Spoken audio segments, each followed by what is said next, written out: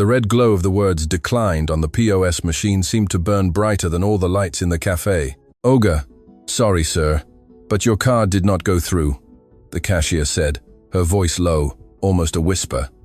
"Do you want to try again?" Adetokunbo forced a smile. "Yes, please. Run it again." He handed the card back, knowing it was useless. As she repeated the process, he slid a hand into the inner pocket of his expensive suit, then his trouser pockets. Nothing.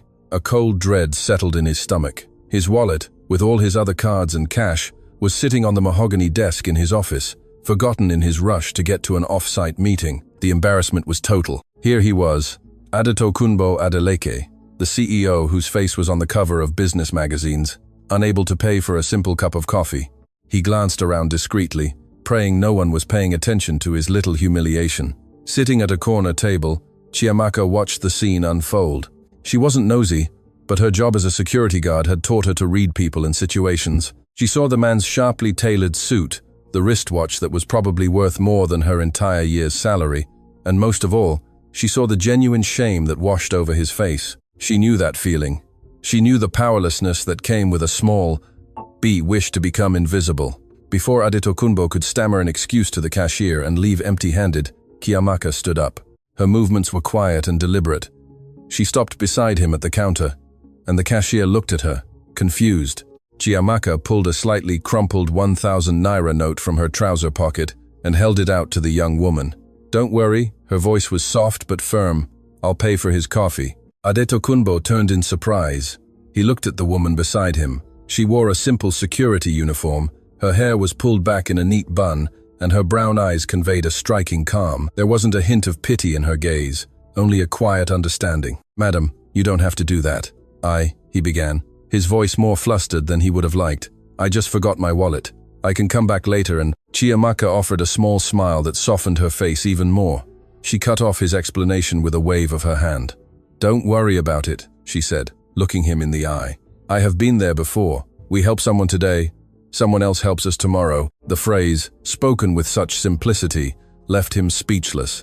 The cashier took the money, processed the payment, and handed the coffee to Adetokunbo. When he turned to thank the woman again, to at least ask for her name, she was already picking up her bag and heading for the door. She didn't wait for thanks, didn't seek recognition. She simply acted and went on her way, disappearing into the crowd flowing in and out of the cafe. Adetokunbo stood there in the middle of the bustling space, holding the warm paper cup. The chatter, the hiss of the coffee machine, it all seemed to fade away for a moment. He, a man who lived in a world where every favor was a transaction, where every gesture was calculated, had just been shown an act of pure, selfless kindness. The coffee in his hands felt like more than just a drink. It was a physical reminder of that moment. He looked towards the door she had exited, feeling a strange mix of immense gratitude and overwhelming curiosity. Who was that woman who, with such a small gesture, had managed to shake the foundations of his cynical, calculated world? He brought the cup to his lips, and the coffee had never tasted so significant. The silence of Adetokunbo's office was a stark contrast to the cafe. Here, at the top of one of the tallest buildings in Victoria Island, the only sounds were the low hum of the air conditioner and the gentle patter of rain against the panoramic windows. On his perfectly organized glass and steel desk sat the white paper cup, now empty. It was such a simple, out-of-place object amidst market reports and performance charts. Adetokunbo sat in his leather chair, his eyes fixed on his computer screen, but the numbers and words were meaningless. His mind kept returning to the woman's face. He tried to recall the details. Her eyes were brown, but a warm, kind shade. They lacked the hardness he saw in so many faces every day. She wore a uniform, which meant she worked security somewhere. A woman who certainly didn't have much, yet didn't hesitate to share what little she had with a well-dressed stranger who, by all appearances, didn't need help. He closed his eyes. Her words echoed in his head. "We help someone today. Someone else helps us tomorrow." It wasn't a demand or a moral lecture. It was a simple statement, a life philosophy delivered with a cup of coffee. In Adetokunbo's world, nothing was free. Every business lunch, every handshake, every smile came with an expectation, an invisible string attached. People wanted his money, his influence, his connections, and he knew how to play that game better than anyone. But that woman, she had broken all the rules. She asked for nothing. She didn't even stay to be acknowledged. The door to his office opened, and Emeka, his director of operations and closest friend, walked in holding a tablet. "Ade, we need your decision on the merger." "The legal team is waiting for your go-ahead," Emeka said, stopping in front of the desk. He looked at his boss and noticed his distant expression. "Is everything all right? You look like you're on another planet today." Adetokunbo blinked, forcing himself back to the present. "Yes, I'm fine. Just distracted." "Distracted? You're never distracted," Emeka commented, a hint of surprise in his voice. He moved closer. "Did something happen at the meeting? It didn't go as planned?" "No, the meeting was fine. It was before that," Adetokunbo replied, his voice a bit vague. He picked up the empty paper cup, turning it between his fingers. Something strange happened. Emeka waited, his curiosity piqued. "My card was declined at the coffee shop. I forgot my wallet," Adetokunbo admitted, feeling a pang of embarrassment just saying it aloud. "I had no way to pay." Emeka let out a low chuckle. "Don't tell me the great Adetokunbo Adeleke had to wash plates to pay for coffee. Ah, that's one I would have paid to see." "It wasn't necessary," Adetokunbo said, his serious tone silencing his friend's humor. "A woman paid for me." He looked at Emeka, who now seemed genuinely interested. "A complete stranger.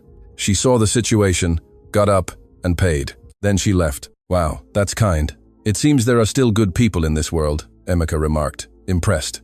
"Did you thank her?" "I tried, but she vanished before I could say much more," Adetokunbo explained. He stood and walked to the massive window, looking down at the city below. The cars were just points of light moving slowly through the wet streets. "She didn't want thanks, Emeka. She just did it, and that I can't understand." He turned to his friend. "No one has ever done anything for me without wanting something in return. Never." The statement hung in the air between them. Emeka knew it was true. The world Adetokunbo inhabited was predatory. Maybe she's just a good person, Aid. As simple as that, Emeka suggested sincerely. "Maybe," Adetokunbo murmured, turning back to the window. But to him, it wasn't that simple. That small act of kindness had opened a crack in his armor. He felt exposed in a way no hostile negotiation ever had.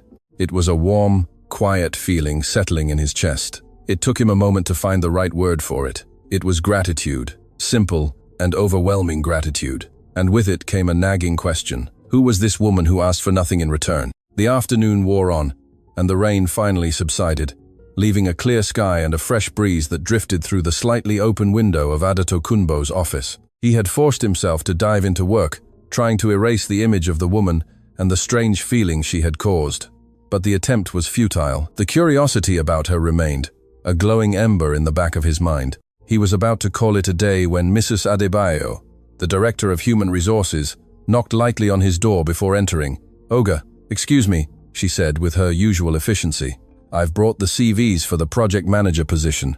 I've shortlisted the top 5, as you asked. The first one on the pile is Tunde Alabi, an exceptional candidate. His experience is impeccable." She placed a small stack of papers on his desk.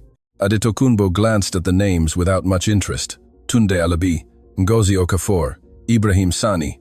They were all qualified, he had no doubt. They were all the same, perfect cogs for the corporate machine he commanded. "Thank you, Funke," he said, flipping through the first CV. "But what about the others? How many people applied in total?" Mrs. Adebayo seemed a little surprised by the question. "We had about 60 applicants, but most were screened out early for not meeting the basic requirements. Gaps in their work history, lack of recent corporate experience, things like that. An impulse, an intuition he couldn't explain, made him press on. "I want to see them. All of them." "All of them? Sir, with all due respect, that would be a waste of your time." "Our team has already done the filtering," she argued, clearly finding the request odd. "I understand.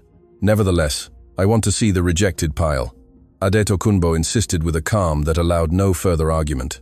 "Please bring it to me." Mrs. Adebayo, though confused, simply nodded and left. A few minutes later, she returned with a much larger stack of CVs and placed it next to the first one, leaving in silence. Adetokunbo ignored the perfect candidates and pulled the rejected pile towards him. He began flipping through the names one by one, almost mechanically. They were life stories summarized on 1 or 2 sheets of paper, most of them indeed unsuitable for the position. He was about to give up on the pointless task when he turned another page, and his world stopped. In the top corner of the paper was a small passport photograph. He didn't need more than a second. The air left his lungs. It was her, the same kind, brown eyes, the same serene expression that had met his at the cafe counter. His heart accelerated in a way it hadn't in years. The coincidence was so improbable it felt like a twist of fate. He leaned over the desk, as if to make sure he wasn't imagining it. It was, without a doubt, the woman who had paid for his coffee. His eyes searched for the name at the top of the page, Chiamaka Okoro. He began to read the document with an attention he hadn't given to anything in a long time. The CV showed a solid career as a systems analyst with good references. But then, there was the hole. A 3-year vacuum. The HR department's note, cold and objective, was attached with a paperclip. Rejected. 3-year professional gap. Unsuitable for project pace. He felt a surge of irritation at the blind bureaucracy of his own company. How could they dismiss someone based on a simple gap in time? He kept reading, searching for an explanation, and he found it at the end of the CV, in a small section for additional information. It was a short note written by her, just 2 lines. Following the unexpected passing of my husband and the need to dedicate myself fully to my son's health treatment, I had to take a break from my career. Now, I am ready for a new beginning. The woman who paid for his coffee with the little money she had was a widow, a mother who had put her life on hold to care for a sick child. The 3-year gap on her CV wasn't a sign of laziness or incompetence. It was a silent monument to pain, love, and sacrifice. Adetokunbo leaned back in his chair, her CV in his hands. The image of her at the cafe merged with the woman who wrote those words. Her kindness wasn't just a personality trait, it was a strength forged in hardship. She, who had lost so much, who was fighting to get back on her feet, hadn't hesitated to help a stranger. A tight knot formed in his chest. It was a complex feeling of deep admiration, shame at the coldness of his system, and a sudden urge to do something. He looked at the pile of perfect CVs, and then back at Chiamaka's face in the photo. He was no longer looking for a resume, he was looking at someone's soul. Adetokunbo remained seated, Chiamaka Okoro's CV in his hands. The decision formed in his mind. He didn't care about protocols or what his HR team would think. He pressed the intercom button on his desk. "Funke, could you please come to my office?" His voice was firm, leaving no room for hesitation. A few moments later, the HR director walked in with her usual professional demeanor. "Yes, Oga." He slid Chiamaka's CV across the glass desk towards her. "I want you to schedule an interview with this candidate, Chiamaka Okoro." Mrs. Adebayo picked up the paper, a look of complete confusion on her face. "Mrs. Okoro? But, sir, her profile doesn't fit. The gap in her history, the lack of recent experience in a corporate environment, like ours, this goes against all the guidelines we established for this role." "Then the guidelines are wrong," Adetokunbo replied calmly, leaning back in his chair and steepling his fingers. He stared at her intently. "I see something in this CV that your filters can't measure. I see resilience. Schedule the interview for tomorrow morning. I will conduct it myself." "You?" Mrs. Adebayo's surprise was palpable. "You haven't interviewed a candidate at this level in years. Are you sure?" "Absolutely," he said with a finality that ended the discussion. "Tomorrow, at 10 a.m. The next morning, Chiamaka entered Adetokunbo's office. The space was intimidating. The room was enormous, with a spectacular view of the city. And the man sitting behind the imposing desk was the same man from the cafe. When she had received the call, she thought it was a mistake. Now, seeing him in person, the reality hit her. He was the CEO of the company. The surprise on her face was impossible to hide. Adetokunbo stood to greet her, extending his hand. "Mrs. Okoro, thank you for coming on such short notice. Please, have a seat." He noticed the way she looked at him, the connection being made in her mind. "I believe we've met before." Chiamaka shook his hand, her own a little cold. "Yes, Mr. Adelik, at the cafe. I must confess, I'm surprised by this invitation." "I was surprised too," he said sincerely, sitting back down. "Your CV came across my desk. It's good, but as you can imagine, the 3-year break stands out. HR would normally see that as a major red flag. Can you tell me about that period?" He asked the question directly, but his tone was not accusatory. It was one of genuine interest. Chiamaka took a deep breath, straightening up in her chair. She looked at her hands for a second before lifting her chin and meeting his gaze. "I am not ashamed of that period, sir. It was the most difficult and, at the same time, the most important time of my life," she began, her voice steady, without a trace of self-pity. "My husband passed away in a car accident. Suddenly, I was alone, and shortly after, my son, David, was diagnosed with a serious illness that required constant care. I had no family nearby to help, so I did what any mother would do. I stopped everything to take care of him. As she spoke, Adetokunbo didn't just hear a sad story. He saw the monumental strength of this woman. He pictured her through sleepless nights, in hospital corridors, fighting a silent battle, while the business world, his world, kept spinning, not even noticing her absence. Today, my son is well. He is healed, she continued, a glint of pride lighting up her eyes, and I am ready to come back. I know the tech world has changed in these 3 years, but I never stopped studying. I kept myself updated. I know I'm behind on office experience, but I learned other things. I learned about strength, about priorities, about solving problems that seem impossible. She paused, her gaze intense and direct. I fell, but I got up. I am not here asking for pity, Mr. Adeleke. I just want a chance to prove that I still have a lot to offer. The room was silent for a moment. Her words filled every corner of the luxurious space. Adetokunbo felt a deep respect wash over him. He interviewed people all the time, people with perfect CVs, from the best universities, with rehearsed speeches about leadership and success, but no one had ever shown him a truth so raw and powerful. The gap on her CV wasn't a void, it was a testament to character. In that instant, he knew, this woman has something money can't buy a soul. Mrs. Okoro, Chiamaka, the job is yours if you want it. Chiamaka blinked, as if she hadn't heard correctly. The words seemed to float in the air before she finally understood. A small gasp escaped her lips. The job? But sir, we've barely discussed my technical skills. Her voice was a thread, a mixture of shock and disbelief. I've heard everything I need to hear, Adetokunbo replied with a conviction that reassured her. I can teach technical skills, Chiamaka. I can teach you about our systems and processes, but I cannot teach character. I cannot teach the strength you have. I believe your life experience is more valuable than any qualification on paper. This project needs someone with your determination. Chiamaka's eyes filled with tears, and she fought to hold them back. After so many closed doors, so many looks of pity or suspicion, this man was offering her not just a job, but a vote of confidence she thought she would never receive again. It was a chance, a real chance. She swallowed hard, trying to find her voice. Yes, she said, the word coming out stronger than she expected. Yes, I accept. Thank you so much, Mr. Adeleke. I promise, I will not disappoint you. Later that day, Adetokunbo was in a meeting room with Mrs. Adebayo and Emeka. The atmosphere was visibly tense. He knew his decision wouldn't be well received, but he was prepared. I have chosen the new manager for the digital transformation project, he announced without preamble. It will be Chiamaka Okoro. She starts on Monday. Mrs. Adebayo looked at Emeka and then back at Adetokunbo, disbelief written all over her face. Ade, with all due respect, this is a very high-risk, reckless gamble. She has no experience with a project of this scale. She's been out of the market for 3 years. The other directors and the investors will not understand this choice. Emeka, who was usually his biggest supporter, also looked worried. Ade, she's right. The team won't accept her. They'll see it as favoritism, or worse, a judgment error that could cost the company millions. They will eat her alive. We need someone with a thick skin, with a name in the industry.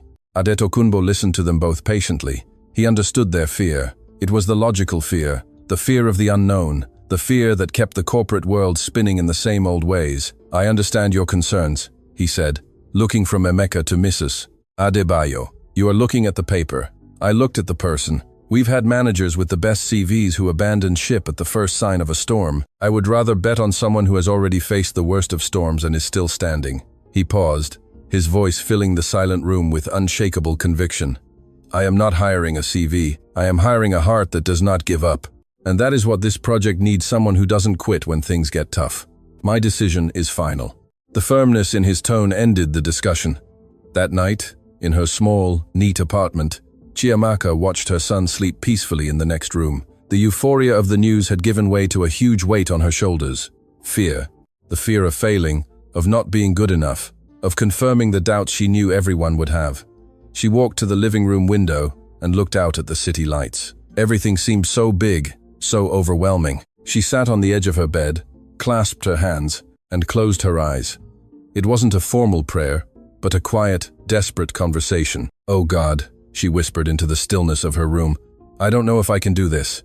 I am so scared. Please, give me strength. Give me the wisdom not to disappoint the man who gave me this chance. Not to fail my son. Place me where I need to be, and help me be the person you know I can be. I just need the strength to take the first step." Chiamaka's first week at the company was like walking through a minefield. The hope she had felt upon accepting the job was a fragile flame, constantly threatened by the cold winds of suspicion.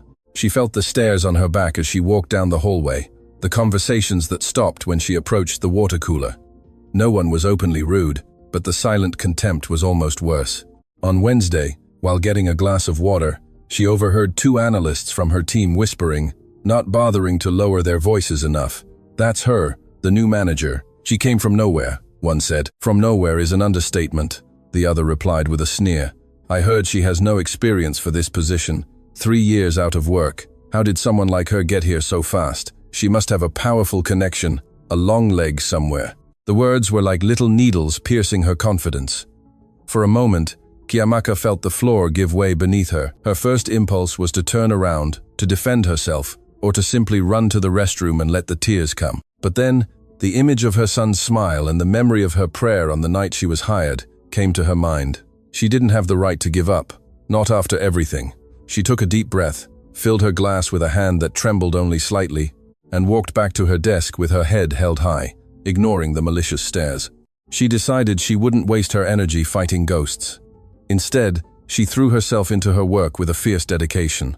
While others socialized, she studied.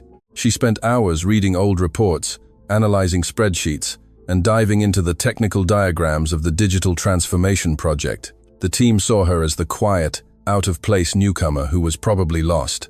Little did they know that in her silence, she was doing what she had always done best, finding patterns where others saw only chaos. It was at the end of her second week that she found the flaw. It wasn't something obvious. It was a subtle vulnerability in the architecture of the new payment system, a loophole that, if exploited, could lead to a catastrophic diversion of funds, an error that had gone unnoticed by all the expensive experts and consultants. Her heart raced. She checked again, and the conclusion was the same. The company was at risk. Her first instinct was to take the problem directly to Adetokunbo, but she knew she had to follow protocol. Her team's technical lead was Segun, a smart man who was also the most skeptical of her. With a detailed report in hand, she walked to his desk. "Segun, excuse me, do you have a minute?" she asked, her voice calm. He looked her up and down with an expression of someone being interrupted. "I'm busy, Chiamaka. What is it?" "I was analyzing the payment gateway, and I found an anomaly that concerns me greatly," she said, holding out the report. Segun let out an impatient sigh. "Look, Chiamaka, with all due respect, I think you should focus on getting up to speed with the project scope before looking for problems that don't exist. We have the best specialists in the country working on this." "I understand," she insisted, her composure unwavering. "But what I've found is serious. The flaw is real, and it could cost us millions. I've prepared this report with all the technical details. Could you please just take a look? If I'm wrong, I'll take full responsibility." Her earnestness made him hesitate. Reluctantly, he took the papers. "Fine. I'll look at it when I have time." Chiamaka returned to her desk with a heavy heart. She had done her part. The rest was not in her hands. 2 hours later, Segun appeared at her desk. His face was pale. The arrogance was gone, replaced by visible shock. The entire team seemed to sense the shift in the atmosphere and watched the scene in silence. "Chiamaka," he began, his voice low, almost ashamed. I read your report and ran the simulations. You were right. Completely right. My God, you may have just saved this project." He looked at the floor and then back at her. "I want to apologize. I misjudged you. We all did. I am sorry." The sincerity in his voice was unmistakable. A hush fell over the office, and all eyes were on her. Chiamaka offered a small, tired smile. "It's all right, Segun. The important thing is we found it in time. Now, let's work together to fix it." Chiamaka's discovery transformed the team dynamic. The silent contempt was replaced by a reluctant respect, which gradually blossomed into genuine admiration. The following weeks were intense, filled with long nights of work to correct the flaw and restructure the project timeline. Chiamaka and Adetokunbo were often the last to leave the building, immersed in diagrams and projections in the main conference room, which had become their operations headquarters. One of those nights, the clock on the wall showed it was past 10 p.m. Chiamaka looked at Adetokunbo from across the table. He was hunched over a stack of papers, his hand massaging his forehead. There were dark circles under his eyes, and his posture, usually erect and imposing, was slumped with exhaustion. He was working just as hard as she was, perhaps even harder, feeling the weight of responsibility for the entire company on his shoulders. A sense of care, something beyond professional admiration, filled her. While he took a call from an international supplier, Chiamaka rose silently and went to the small kitchenette on their floor. The coffee pot still had some strong coffee left, but she ignored it. Instead, she searched the cabinets and found a box of Lipton tea. She boiled some water, prepared the tea in a clean mug, and brought it to the conference room. Careful not to make a sound, she placed the mug on the table next to Adetokunbo's hand. Alongside it, she left a small note she had written on a piece of paper. For a moment, she hesitated, wondering if she was overstepping, but her instinct told her to go ahead. When Adetokunbo hung up the phone, his attention was drawn to the steaming mug. He picked it up, feeling the warmth in his tired hands, and then he saw the note. Her handwriting was simple and clear. Rest a little. God blesses the work of a sincere heart. He reread the sentence twice. It wasn't a command, nor was it flattery. It was a gesture of pure care. A gentle reminder that he was human. In his world, people brought him coffee so he would produce more. No one had ever brought him tea so he would rest. He looked up and met Chiamaka's eyes from across the table. She gave him a small, shy smile before turning her attention back to her computer screen. Adetokunbo felt a warmth spread through his chest, a feeling that had nothing to do with the hot drink. In that simple gesture, he saw the same woman from the cafe, the same generous soul. Days later, the real test came. They were in the boardroom, presenting the project's recovery plan to the directors. Chiamaka spoke with a newfound confidence, clearly explaining the technical details of the solution. Most of the directors seemed impressed, but Chief Olatunji, an older man known for his skepticism, interrupted her. "It is an audacious plan, Mrs. Okoro," he said, "but given your recent arrival at the company and on a project of this magnitude, how can we be certain that you have the capacity to lead the execution without any more surprises along the way?" The question was a direct attack, disguised as professional concern. Chiamaka felt her face flush, but before she could formulate a response, Adetokunbo leaned into the conversation. His voice was calm, but it carried a weight that made everyone sit up straighter. "Chief," Adetokunbo said, looking directly at the director, "the surprise that Chiamaka found saved us from a multi-million naira disaster that our entire previous team, full of specialists with years of experience, failed to see. Her capacity is not in question here." He paused briefly, letting his words sink in, then swept his gaze across the room. "Let me be very clear to everyone in this room. Chiamaka is the future of this company. Anyone who cannot see that is blind." The declaration was so definitive, so powerful, that no one dared to say another word. Chief Olatunji simply sank back into his chair, clearly chastened. Chiamaka was breathless. No one in her entire professional life had ever defended her like that. He hadn't treated her like an employee in need of protection, but as a valuable asset he refused to see depreciated. She looked at Adetokunbo, who gave her a brief, almost imperceptible nod. In that moment, the chasm between boss and employee seemed to vanish, replaced by a much stronger, more personal connection. It was the feeling of having an ally, a protector. Adetokunbo's defense in the boardroom not only solidified Chiamaka's position, but also planted a seed of change within himself. He began to watch Chiamaka, not just in meetings, but in how she interacted with others. She didn't lead with authority but with empathy. She listened, she encouraged, she remembered the gatekeeper's name and asked about the cleaner's family. And people responded to it. They opened up to her, they trusted her. He realized that in all his years as CEO, he had never had the genuine trust of his employees. He had their fear, their respect for his position, but not the loyalty that came from the heart. Inspired by her, Adetokunbo decided to try something different. One morning, instead of walking straight from the lift to his office down a silent corridor of power, he stopped in the middle of the large open-plan office on the 15th floor. He looked at the anonymous faces that worked for him, people he passed every day but never truly saw. He walked over to one of the workstations where a woman with glasses was reviewing a spreadsheet. "Mrs. Obi, good morning," he said. The woman looked up at him, completely startled. She took off her glasses, as if to make sure it was really the big ogre speaking to her. Good morning, sir. I heard from Funky that your son graduated in engineering last weekend. My congratulations. You must be very proud," Adetokunbo said with a smile that he felt was a little awkward but sincere. Mrs. Obi's face lit up with genuine happiness. Oh, yes, he did. Thank you so much for remembering, sir. It means a lot.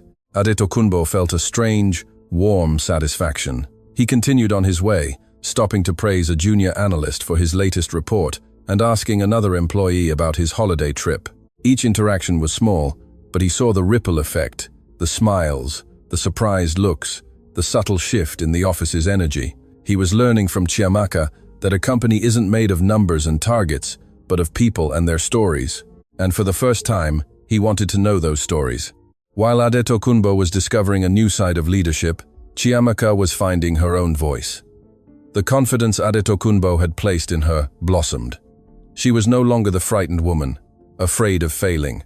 She was a leader, and her team, which once viewed her with suspicion, now sought her out for advice and guidance. She began to notice Tolani, a young female programmer on her team. The girl was brilliant, but perpetually anxious and overwhelmed. She made small mistakes out of nervousness and shrank in her chair, afraid of being noticed. Chiamaka saw in her a reflection of herself, of how she had felt for so long. One late afternoon, she called her aside. "Tolani, can we get some tea in the kitchenette? I'd like to chat with you for a bit," Chiamaka said gently. In the small staff kitchen, with 2 mugs of tea in their hands, Chiamaka got straight to the point, but with kindness. "I've noticed you seem a bit overwhelmed. Is everything okay?" That was all it took. Tolani's eyes filled with tears. "Oh, Chiamaka, I'm so sorry," she whispered. "I'm trying so hard, but I don't think I'm good enough for this job. I made another mistake in the code today. I'm sure I'm going to be fired." Chiamaka put her mug down and touched the young woman's arm. "Hey, take a deep breath. Everyone makes mistakes. I've made so many you can't even imagine. A mistake doesn't define you. What defines you is what you do after it," she smiled. "You know, when I came back to work, I felt exactly like you do now, terrified, thinking everyone was better than me and that at any moment someone would discover I was a fraud."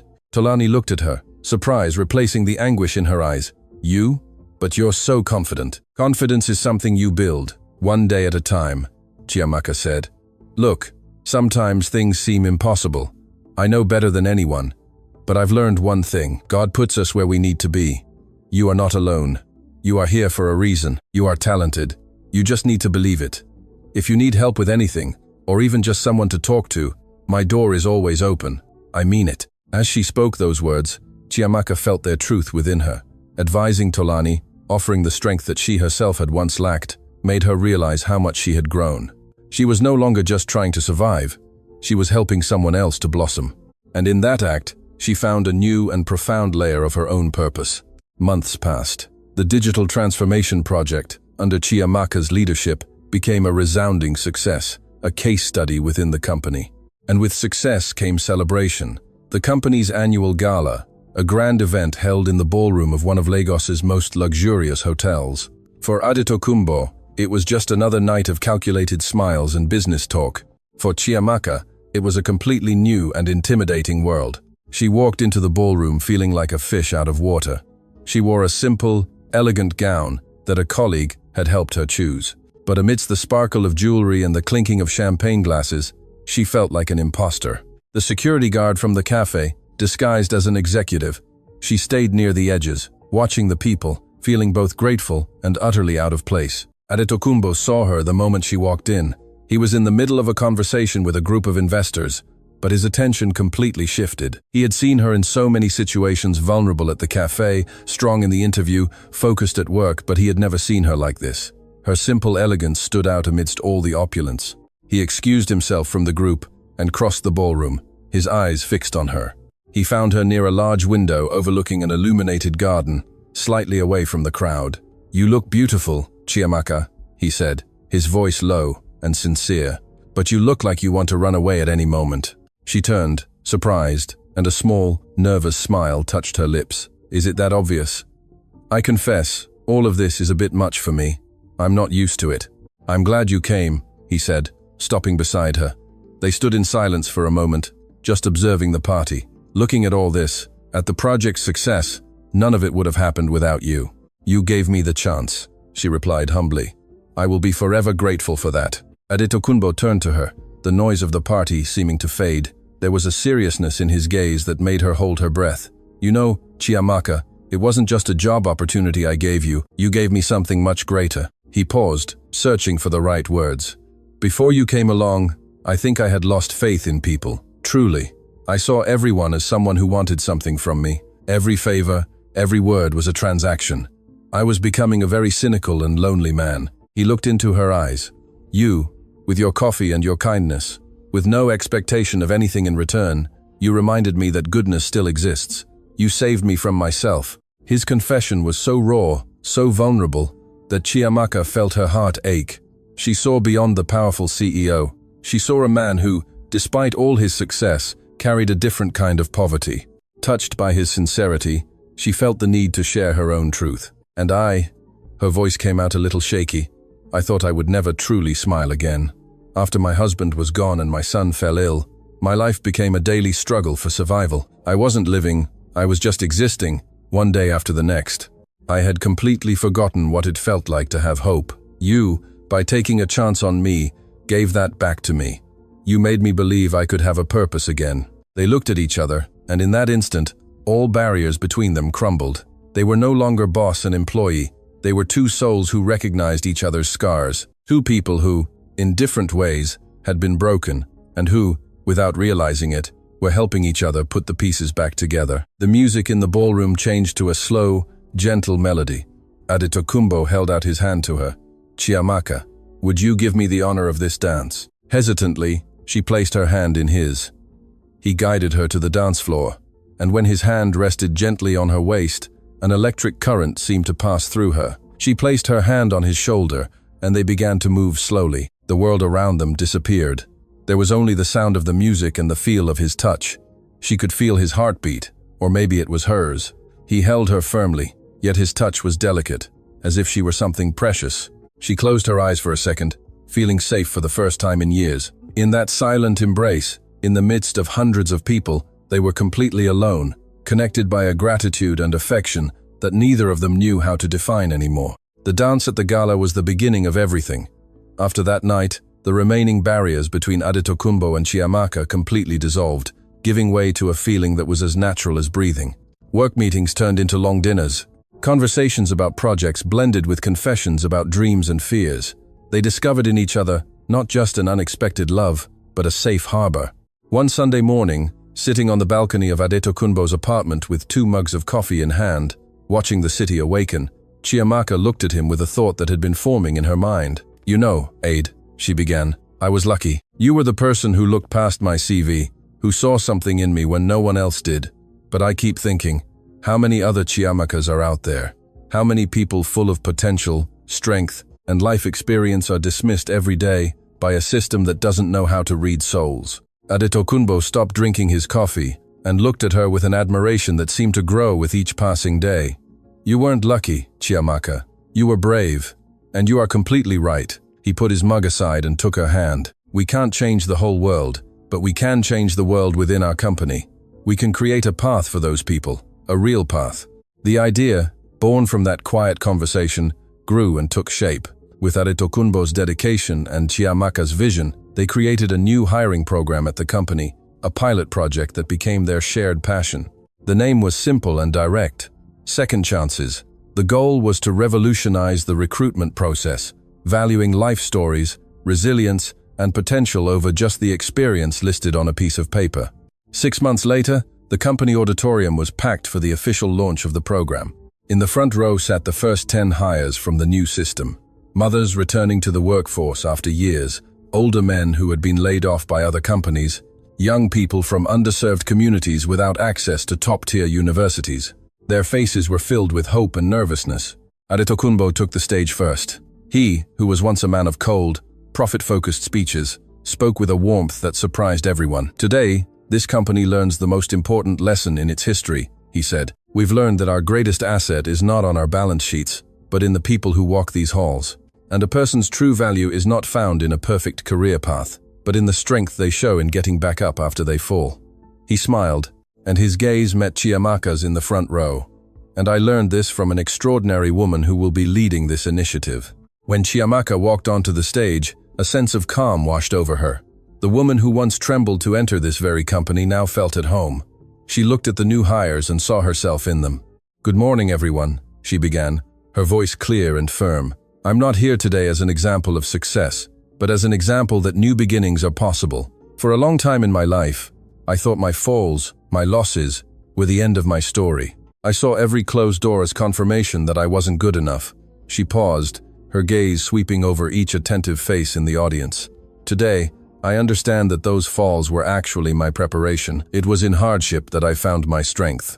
It was in pain that I learned empathy, and I believe it's the same for all of us. Her eyes shone with a deep conviction. I believe God gives us falls to teach us how to lift others. This program, Second Chances, is not about charity. It is about seeing the strength that is born from overcoming adversity. It is about giving the opportunity that we all deserve to show our true worth. A heartfelt and sincere applause filled the auditorium. Chiamaka smiled, a genuine smile full of peace, and returned to her seat beside Adetokunbo. He took her hand, intertwining his fingers with hers. They didn't need words. The feeling between them was one of a completed circle, of a shared purpose found. "You are incredible," he whispered. For her ears only, she squeezed his hand and replied with a smile that said everything. "We are." They sat there, hand in hand, looking towards the future they would build together.